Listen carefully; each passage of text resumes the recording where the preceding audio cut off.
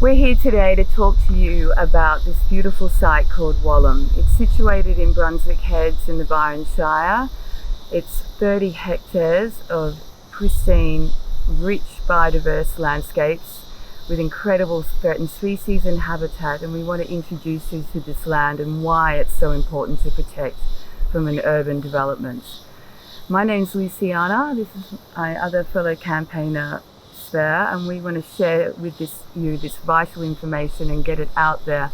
We have over a dozen ecologists, experts in their field, that have incredible information and knowledge about this, deep knowledge about this area, including the indigenous clans that are connected culturally to this area, that we want to share with you. And it's important that this information get out there so that you can join us in protecting this beautiful place. Yeah, Wallum is a very special place, and unfortunately the reason this development has come up this year is because of what's termed a zombie DA. So the planning process that started this subdivision was begun in the 90s. And I'd like to start by just reading you a little bit of information that was actually written 14 years ago about the site. Threatened species. The Wallum vegetation at the lot provides important habitat for a range of threatened species listed under the Threatened Species Conservation Act.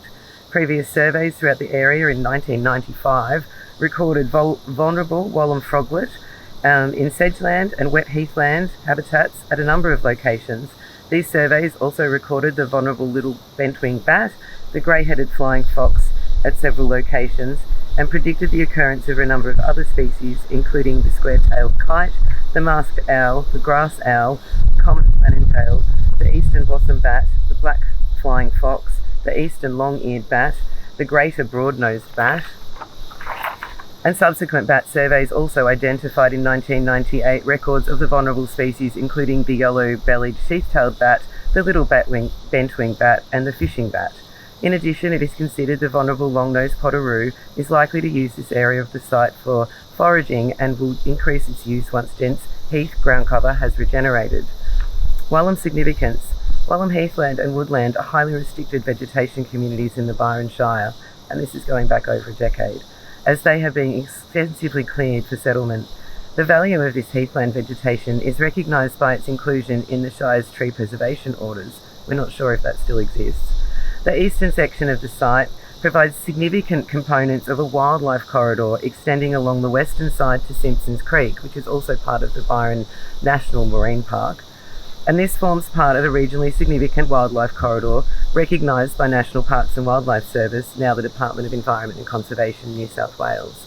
Now, part of the problem with this development is these documents that did identify the values that were on the site have all been lost in translation over time. So fast forward 20 years and the reports now say there is no significant species, or they identify only 3. So the reports that we're looking at managing threatened species impacts at the moment only address the Wallum froglet specifically and touch on the koala, which they've dismissed as recently as October to council as not being present on site, and the glossy black cockatoo. And that's a real tragedy as far as we're concerned. Luciana's a lawyer and I'm an environmental scientist, and we have a number of highly qualified campaigners in this group. And as we've worked on this campaign for the last 3 or 4 months, it's become extremely apparent that the values on this site are even greater than we originally thought. And it's a real tragedy that the process of planning in New South Wales has allowed this legacy of misinformation and finding information and letting it go over time. And that's at the crux of what you're saying, Svea, that the environmental assessments and the approval process, the planning process for this site, when it was originally approved 10 years ago as a concept plan in 2013, and all the environmental assessments, all the plans, all those documents that led to that approval, including the recently approved management plans for this site by the Northern Regional Planning Panel in May this year, are absolutely inadequate and flawed. They have missed over 100 threatened species on site. They're only offsetting and compensating for a couple of them, the Wallum froglet, the glossy black cockatoo, and the koala. And even then, the offset measures that have been approved are woeful. The fact that they're removing over 230 scribbly gum trees that are old growth forests that have hollows in them, 70 hollows are getting removed Those hollows, from ecologists that have studied them, take over 300 to 400 years to develop.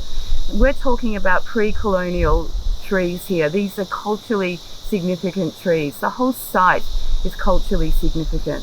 It's rich in biodiversity. There are so many species that haven't been mapped properly or effectively, and we have over a dozen ecologists that have mapped this and reported this and made submissions since 2011, and still it's been approved.